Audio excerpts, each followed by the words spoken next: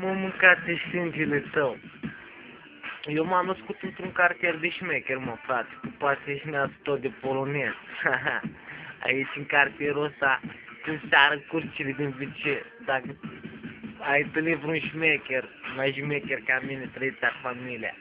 Aici mâncați cine nu e cel mai șmecher, e cel mai fraier, să nebunesc, să-mi crească mie perciuni de rață dacă vă mint. Și am șmecheri au cultură vastă în pula mea, sau cum să spune sora mea, că el au cultură super de urită și când se duc românii la filme, știi? De le vine în cartier și după aia discută între ei. Hai mă, ce film ai văzut? Trei sar familia, fericirea cucului sau zâmbetul pinguinilor? Nu mă, am văzut filmul rechinului din fântână, continuarea la filmul Forile din Vacă. Lasă-mă, fraiere, ca să vezi că tot la viitoare de-a trecut. Ia-o-ți vine filmul Piciorul de pește sau Ancora fără lanț. După care eu citesc cât se termină că expresia aia, știi tu? Fii cu minte că te dau cu... și avem mai multe variante. Te dau cu burta de asfalt, te dau cu cocoașe de bordură sau cu coastă de zid. Eu în casă nu pot să fiu cel mai șmecher, frate, că am un frate mai mic decât mine, care spune și el să crede mai ciumec decât mine în pula mea. Și n-are decât 16 ani, mă înțelegi ce zic. Dar are niște coșuri pe față, băi, frate, direct scos cu picamor sau cu patentul, de zici că scos lista din bușonul de curent să moară familia mea dacă se mine. Eu zilele trecute, frate, de exemplu, am cunoscut o vagabontă din blocul vecin, știi? Mamă, cum arăta, păi vere, dacă o vezi scoală părul de pe tine, mă, ca găina, zici că ai văzut-o pe Satana, ești nebun, sau pe Angelina. Păi Cindy Crawford, frate, aia e minciună pe lângă ea. Avea varici să-mi bag pulă la cocoaș și pe lângă asta să-mi bag pulă, că știa varicile din ea, ești nebun, dacă te mint. Când am văzut și fată să-mi bag pulă, am luat-o la goană, bă, frate. Când am dezbrăcat-o prima dată avea kilori din aia, cu not pe partea națională din față, știi tu, nu? Din aia, frate, cu moțol de ăla, ca la clopă, știi? Așa bikini avea din aia, mai să-mi bag până materialul din tamă, frate.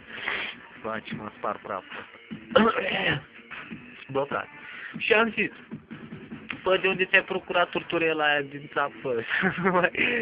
Să nu mai pare dracu râs ca proasta în pula mea, nu mai râs. De tine povestesc aici, du-te dracului, du-te dracului, să mă lasă.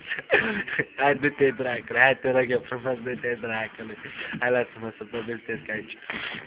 Mă, frate, când am văzut fața la această româncă prima dată, mi-a venit rău de parcă mâncasem ce la mea de mâncare rupsit.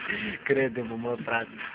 Doamne, parcă-mi imaginez când a venit o spătară să-mi ceară comandă, m-am uitat la fața ei ca să mă inspir și am comandat călcăie de cearpe, buză de pui aspi, cumeri de ciocăniță, mamă, ce tocăniță de pui mi-am dat în ea.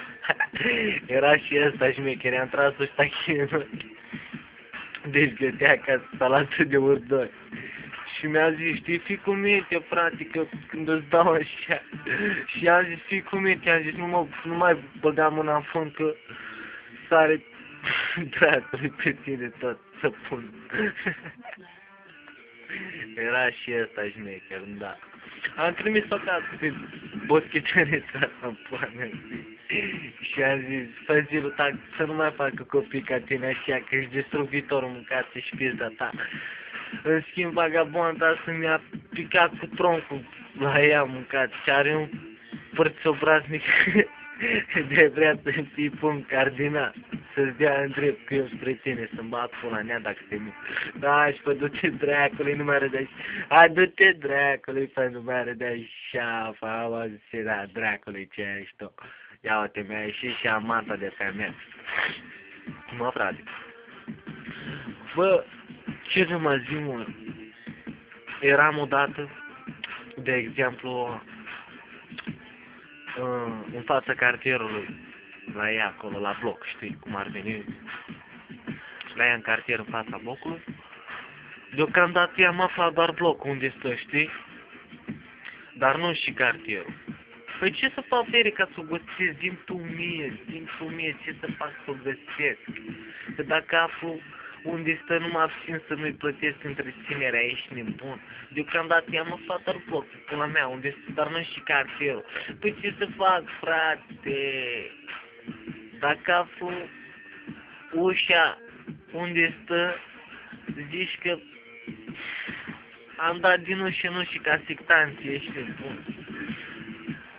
Da, și dacă ia telefonul, uite așa îi zic. Alo, Zânu, tu ești trețea familia ta. Dar de nu mi-ai pus inima pe butuci în reparații, capitană mi-ai băgat frumoasă. Dă-mi o oră de întâlnire, că de când nu te-am văzut, mi s-a stricat și mâncarea în frigider. Nu că nu mănânc, dar mi-au tăiat ăștia curentul. Hai, nu faci nasoale, dă-te în pula mea și să-i pula mea cum ar veni. Și după aia scrie o scrisoare. Eu, fii atent, scrisoare. Margheano, să nebunesc, de n-am făcut un efort uriaș, cel mai efort uriaș din lume, pentru a scrie această scrisoare cu cel mai străin pix din orașul Cafizel. Așa că, pula mea, acum l-am găsit. Îți place? Îți dau din pastă sau din creasă? De unde îți dau? Când îți mai e fața aia de discotecă cu tine, să te duci cu care bărbat vrei tu pe centură. Du-te și fă banii, fă banii, fă banii, fă banii, yo, fă banii, fă banii. Băi, frate, mă disperăm. Ce faci, fă? Mi-arăți mui, dă-ți în mort, să mătii că scrăp capul, du-te în biserica, mă. Cât eu mor. Eu mor, frate, du-te, dracului. Dar și sculptorul tău cu microunde dă-te în morță, bă. Da, în sfârșit. Omul când iubește, se îmbolnăvește, dracului, la cap, știi? Tu-ți familia, mă, te termină, fă, dracului, da. Mai faci planul? Cum ar veni, știi? De ce mi-ai dat fă în mine, fă, ți-au dau un cioc în gură, dă-ți în morți, mătii de izneam. Ce sunt eu? De ce ai dat ce sunt eu? Să-mi bag pula, frate, de nu. S-a terminat, nici nu mai știu să... Vai, ești nebun, ciment, frate, ciment. Ia și tu un powder cristal și vezi cum e. Și ascultă și tu, gangsta rap, pe ritme de hip-hop. Îți dau puțin CTC, complicat, complex, complicat, în combinații de context implicat, creat de circunvoluții, în convexitate, cortex, onest, obsesiv, obturează optica, obiectiv, operează ostentativ, OPO, de AMD, opozant, haha, tehnic, tactic, yo.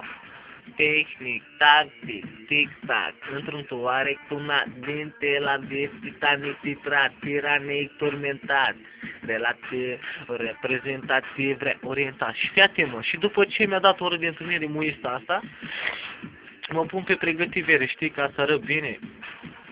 Îmi iau picioare cu pantofi, cu top, în față urată de rezervă la ei. Mă dau cu Armani de culturist, îmi iau bigudiuri.